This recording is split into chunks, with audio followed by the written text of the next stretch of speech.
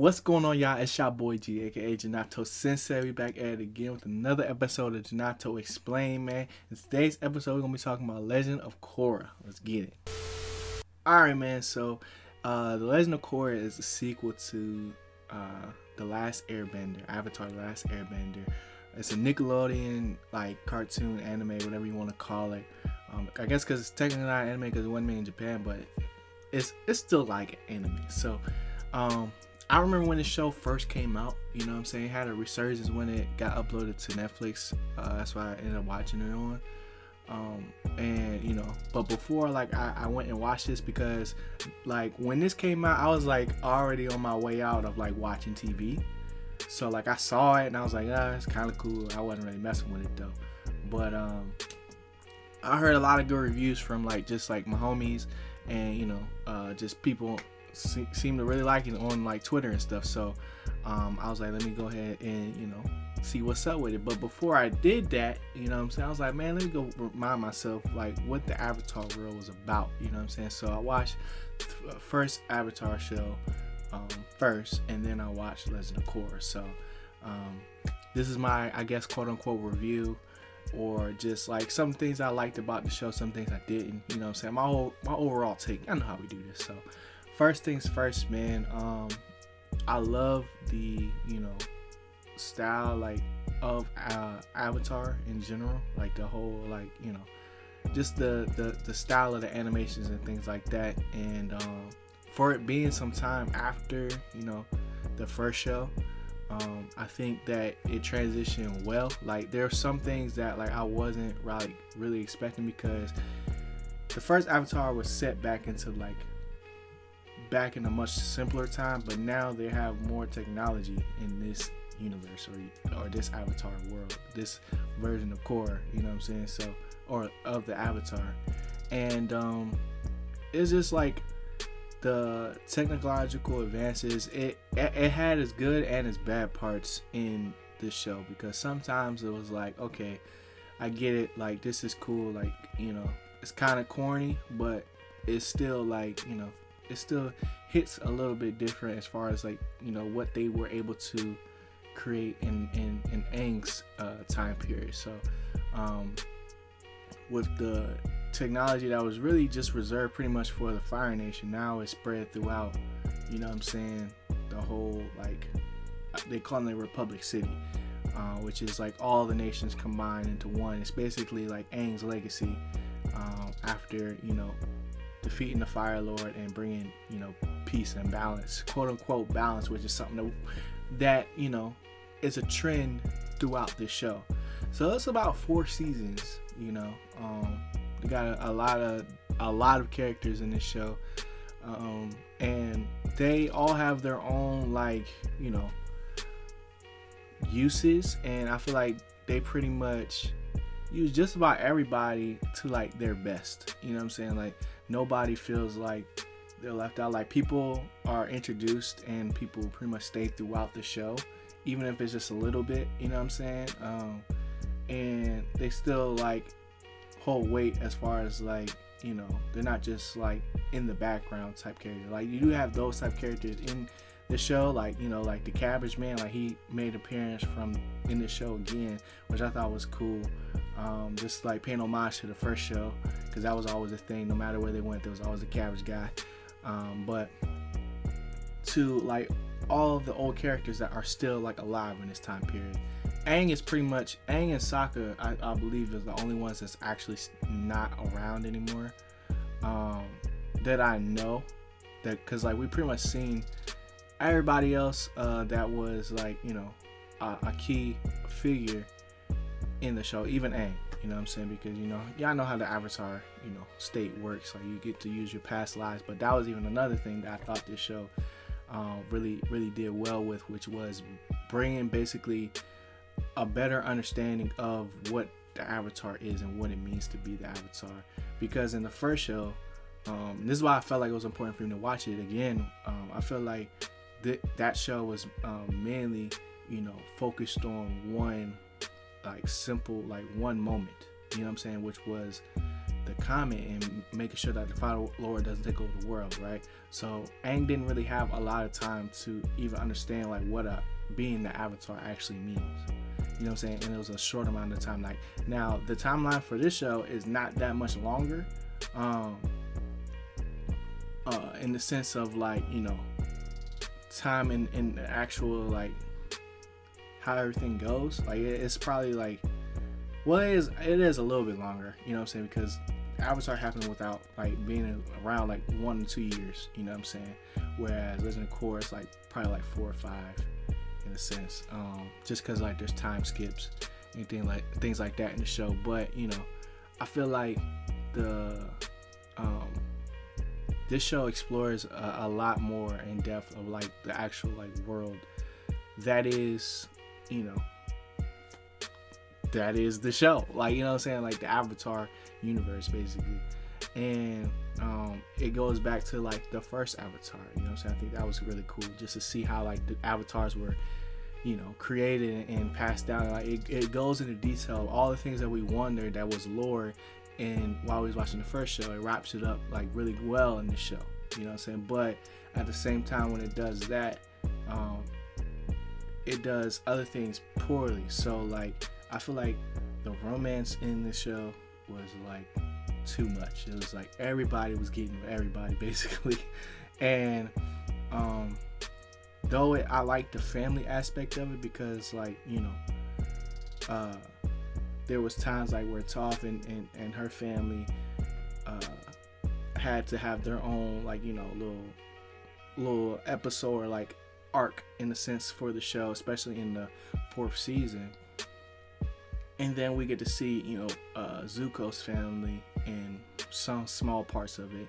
And then, you know, Katara and Aang's family, which is like the main family, where, you know, they basically like Tenzin's whole mission is basically to revive the Air Nation, you know what I'm saying? Things like that. So it's like things that Korra is learning on the fly, but it's not just like little things that, you know, will help in one moment, you know what I'm saying? And then she even gets like cut off from all the avatars, all her past lives. So she's like, it's like the way that this show, you know, builds up tension to, you know, the way it actually like plays out as far as like the actual story. I feel like the pacing for the show was really good. There's not a whole bunch of, you know, side quests or, you know, filler arcs within it. Everything is pretty much like cut and dry of like, okay, every season is basically complete, you know what I'm saying? And I feel like every season like the show could have ended. Now for me personally, like I like the 3rd season the most, just because it was like the most interesting because of all the different types of elemental like benders that we're not used to seeing, you know what I'm saying? And I think which is like the most impressive, like the coolest type of bending, which is lava bending, was introduced. You know what I'm saying? We've seen Toph metal bend before. We've seen people, you know, blood bend, and you know, we've seen people's bending get taken away. So it was like, I like how the first season transitioned from the last thing that we saw in Avatar, which was him taking the Fire Lord's bending away, to Korra actually getting her bending taken away and learning how to restore it. I thought that was amazing. And then as far as like the 2nd season, I'm not really a fan of it, just because like the Water Tribe stuff, like lore and stuff like that, it's pretty like cut and dry. Like you can't top basically what happened in the North Pole, to me, what Aang did in the first show. And I feel like they went that route. It was like the Dark Avatar thing was cool, not really to me, but because he didn't learn any other bending in that sense. Like he got a lot more powerful, sure, but he didn't have any more bending, and he was like, I'm the Dark Avatar now. I was just like, okay, I get it, you know, it is what it is. Like it's a simple concept, So, it's just like, all right, that's cool. So I already know that what's name's gonna win. But I did like how like they transitioned the second season to third, which was bringing balance to like an unbalanced world where before we thought it was balanced, or at least it was peaceful in a sense, but the spirit world was not. So now we like got introduced to the spirit world, and I was like, oh man, like this is like getting like really good, And then we got a third season where we have all these elite like criminals that we don't really get into their story that much, but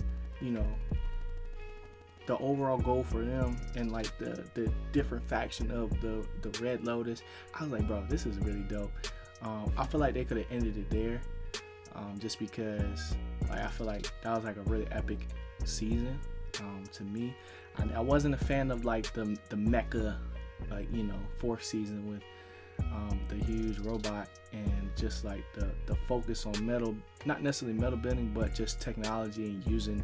Like, I thought that was cool, like a cool idea of them using like the spirit vines as an energy source. Like that's a cool concept. But for it to be just like a huge robot and have one huge cannon that can destroy stuff, I was like, I don't really like that. I didn't really like the ending for that. But I did like the main protagonist for that, just because I liked how she, was able to rise to power, and like her concept of like what she was doing, and like the way that she basically like learned her lesson in a sense. But I didn't like how the show kind of ended, because it was like kind of confusing of like, okay, all right, so where are we now? You know what I'm saying? I wish it was out, even in the first Avatar, I wish they would have did like a flash ahead of like, okay, now what's going to happen? You know what I'm saying? But I think they are continuing it through a comic. And then I also got the sense of like, Korra and her name is escaping me, but the girl that's y'all know who I'm talking about. It's on the screen right now. They in a relationship, so I was like, wow. I was like, I could see that now. Like I saw it coming from before, because she was the only one that Korra talked to. I'm giving a lot away, but it's just like the way I'm processing it, I gotta talk it out. So when she was the only one that Korra wrote, I was like, okay, yeah, there's something there. You know what I'm saying? For all of them, and that's why I was saying like the romance in this show, it was like too much. It was too much. Everybody was dating everybody, and it was just like, I get it, they're teenagers, or supposedly teenagers. You know what I'm saying? Like young adults. Like I get it, but it was just like I feel like they was trying to do too much in a short amount of time. My favorite character in the show is probably Bolin, just because he was just like always like the lighthearted person in the show. Like he was like Michelangelo for the Ninja Turtles. Like every time he was on the screen, he was either saying something funny, bringing, breaking the tension in a moment, helping the story progress, or bagging another jump. Like it was just like, he was cool, bro. And he could learn how to lava bend. So it's like only 2 people that we know of can lava bend right now. You know what I'm saying? I was like, that's fire. That's fire, because metal bending became a huge thing. Everybody's doing it. And I was like, dang, he can't do that, but he can lava bend. So I was like, that made him special. You know what I'm saying? So I wish they would have done some more with Mako, just because, like, he had his moments with, the police force and stuff like that. But I feel like where, the Fire Nation definitely took a backseat in this show, where everything was about the Fire Nation last time. It definitely took a backseat. So there wasn't no evolution in any fire bending techniques. We seen what's his name Fly now, so I was like, oh, he's tough. That's like, he's my favorite villain. What's his name? Dang,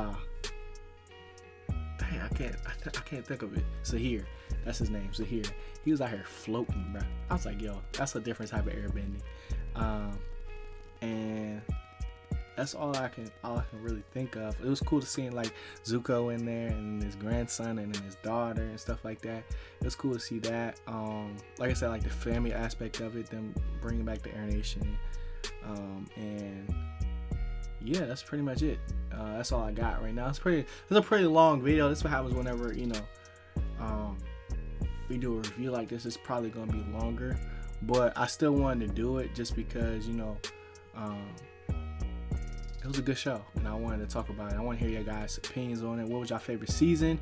I'll give you my rankings for my season. So we're gonna go 3, 1, 4, and 2.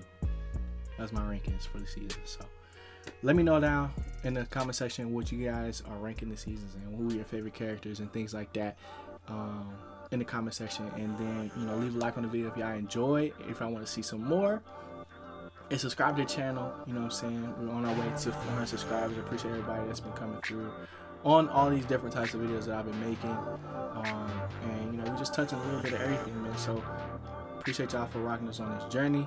Y'all know the vibes. Always keep going. See you guys. Be your boy G. Peace.